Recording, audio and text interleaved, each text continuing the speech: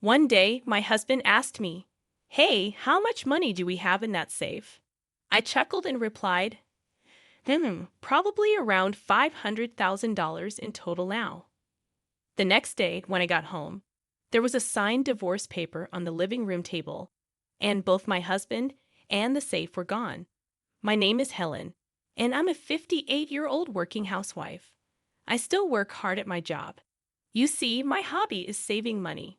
When I was a child, my mother opened a savings account for me. She told me that depositing money in the bank made the numbers in my passbook grow, and I found that very enjoyable.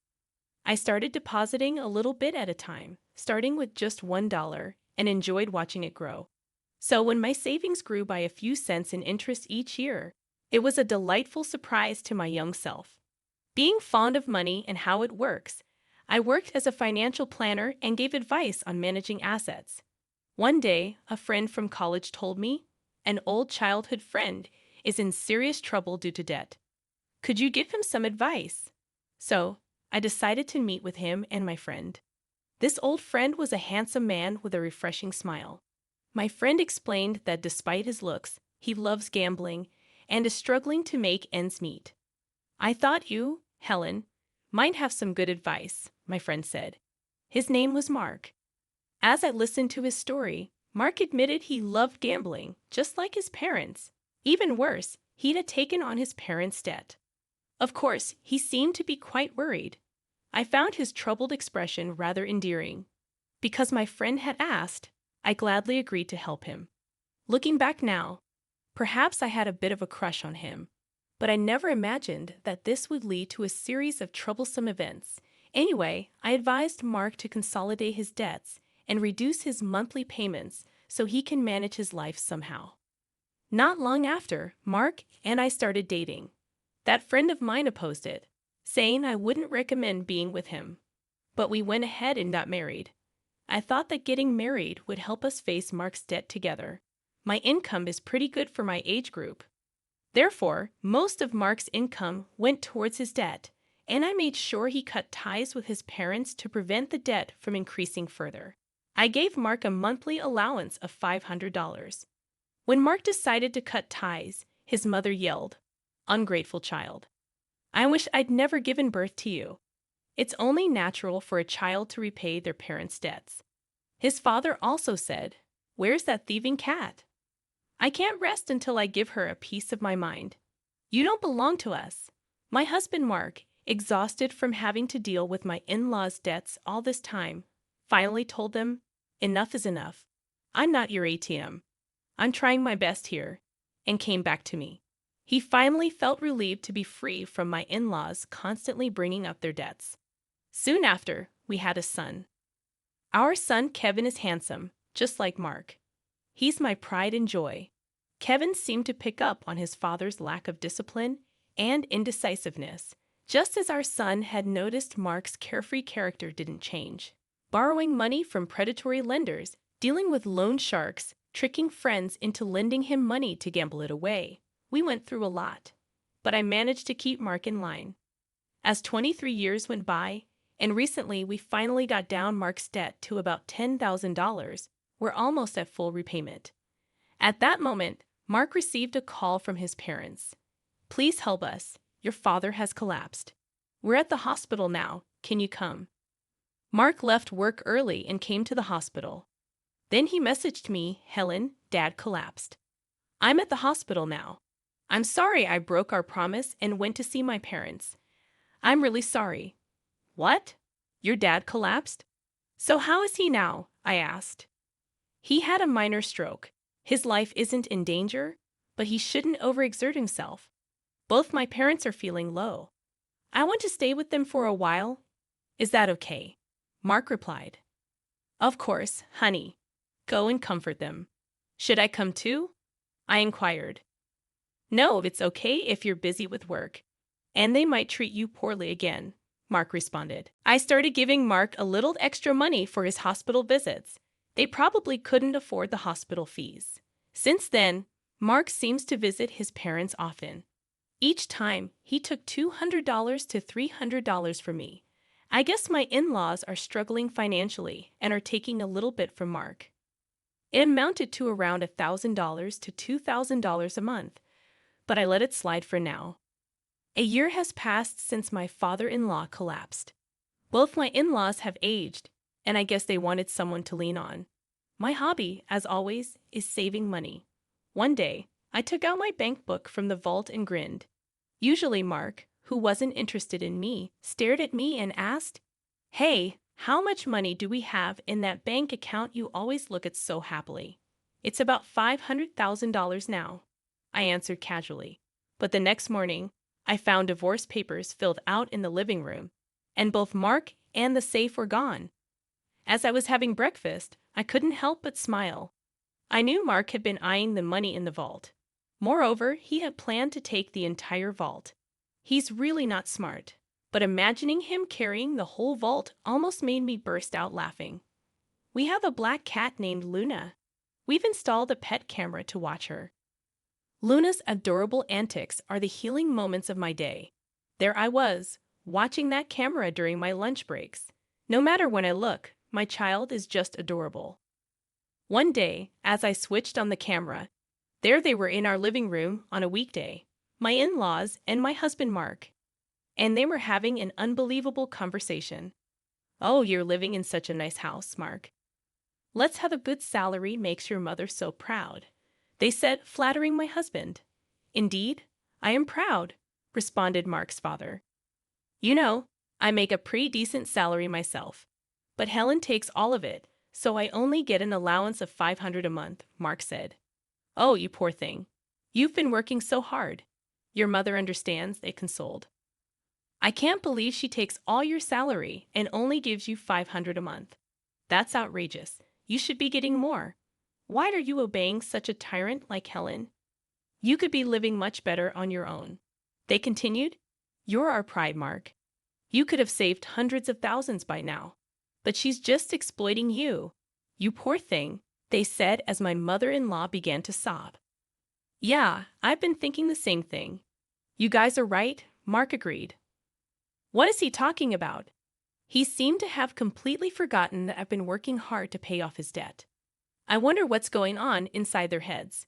Moreover, in the past, who was burdened with debt from his parents and had to give them cash every month, making it difficult for him to get by? You know, she has a bank book with tons of savings stashed away. "It's not fair that I only get $500, Mark complained. The moment he said that, my in-laws' eyes lit up. They exchanged glances. "So, how much is in the bank book?" They leaned in eagerly, awaiting his answer. Last I heard, I think it was around $400 or $500, Mark said. "Mark, isn't that money rightfully yours?" they asked. "It might not match the effort you've put in, but isn't it money you should be receiving?" "Yeah, I guess you're right. I'm starting to think the same thing," Mark conceded. Despite his good looks, Mark is indecisive and easily influenced by others. I used to find this indecisiveness endearing and devoted myself to him wholeheartedly. We've managed to reduce his nearly $200,000 debt down to $10,000. Yet it looks like he's being manipulated by his parents again, and they're about to touch my precious savings. Seeing this scene was so pathetic. I was at my desk at work, tears streaming down my face as I held my phone. I've been putting aside my living expenses from our using his income, mostly to pay off the debt. On top of that, I was providing him with an allowance of $500 out of my own earnings. Despite explaining this to Mark, it seems he's completely forgotten what these past 23 years have been for. I felt so sad and pitiful, my heart aches as if I was drowning in my own tears. It's not like I felt like I was disappearing, on the verge of breaking, but I made sure to record the conversation and sent the data to my son. That day, I left work early due to sickness. I went to my usual bar and drank heavily, spilling out everything to the bartender. In such a state, the bartender comforted me gently. He casually said, "Why do you grieve such a person? You did nothing wrong. There's no need to live for them. Live for yourself." At that moment, all my intoxication and love for my husband faded. "Thank you, sir. Next time, we'll share a pleasant dream." I said to the bartender. I went back home after I said that to the bartender. Entering my study, I began to think, how would I steal the bank book inside that vault? I couldn't even begin to imagine, but I needed to devise a plan. I will show them hell. They shouldn't underestimate me.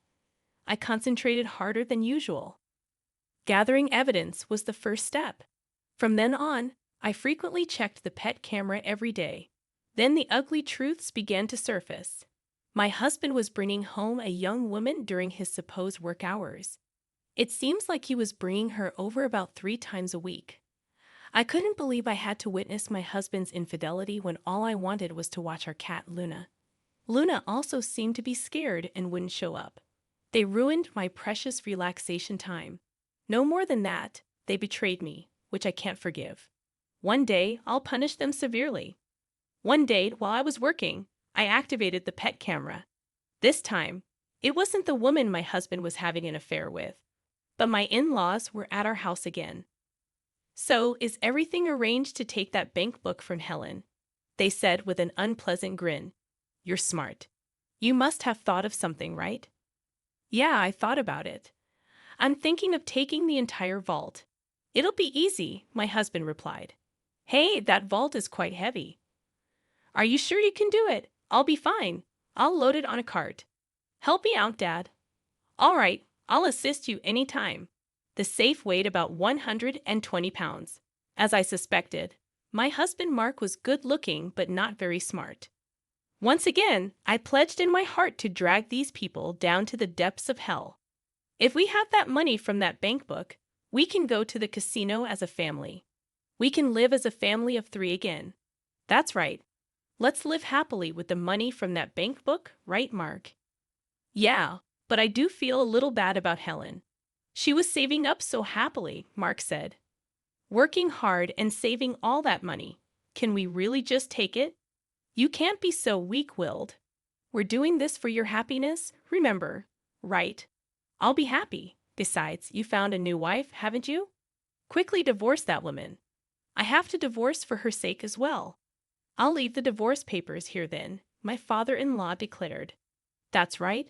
We're waiting for the money from that bank book and the new wife. So I'm going to be divorced. Well, I guess that makes sense, Mark agreed. I found myself strangely accepting, but just how desperate are these people for some money? I was sipping coffee at my office desk, recording the scene on my phone screen. I wasn't even upset or sad anymore. If they had such intentions, so did I. I was going to show them all hell. I was fired up, and then the day finally came. Hey, how much money is in that passbook in the vault? You always seem so happy when you're looking at it. Mark asked. Right now, there's about $500,000 in there. The next day when I got home, there was a signed divorce paper in the living room, and both my husband and the vault were gone. I had a smirk on my face while having breakfast.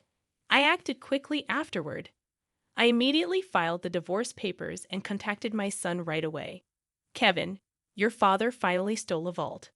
Can't believe he managed to carry it. It's so heavy. Mom, I think it's about time you end things with Dad. By the way, did he take everything in the vault too? Actually, I moved all the money to online banking. The passbook is essentially worthless now. The most valuable thing might have been the safe itself since it was so heavy. Oh, by the way, I've already filed the divorce papers.